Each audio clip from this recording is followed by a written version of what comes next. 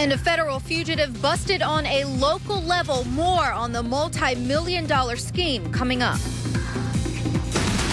This is Fox 25 News at 6. He was accused of being involved in a multi-million-dollar cell phone scam. It's a man wanted by the Secret Service, arrested right here in Massachusetts. This whole thing happening thanks to a routine traffic stop. Nicole Jacobs is live in Peabody where the whole thing unfolded. What's this all about, Nicole?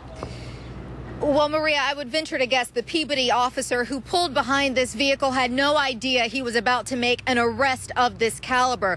Federal authorities believe the suspect in this case was the mastermind behind the operation, with about a dozen people working under him, who ultimately, according to investigators, brought in about $250 million. His court appearance in Peabody District Court Monday on a much smaller scale than what's to come for 30-year-old Miguel Jesurum.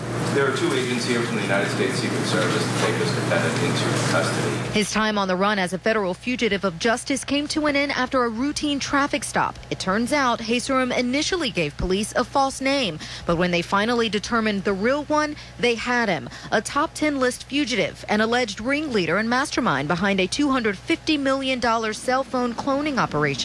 Criminals will use scanners to basically scan the signals of phone calls that you make. And from this tiny SIM card, the duplication, or in this case, the crime, begins. And then they burn that data onto another SIM card and just put that into a phone.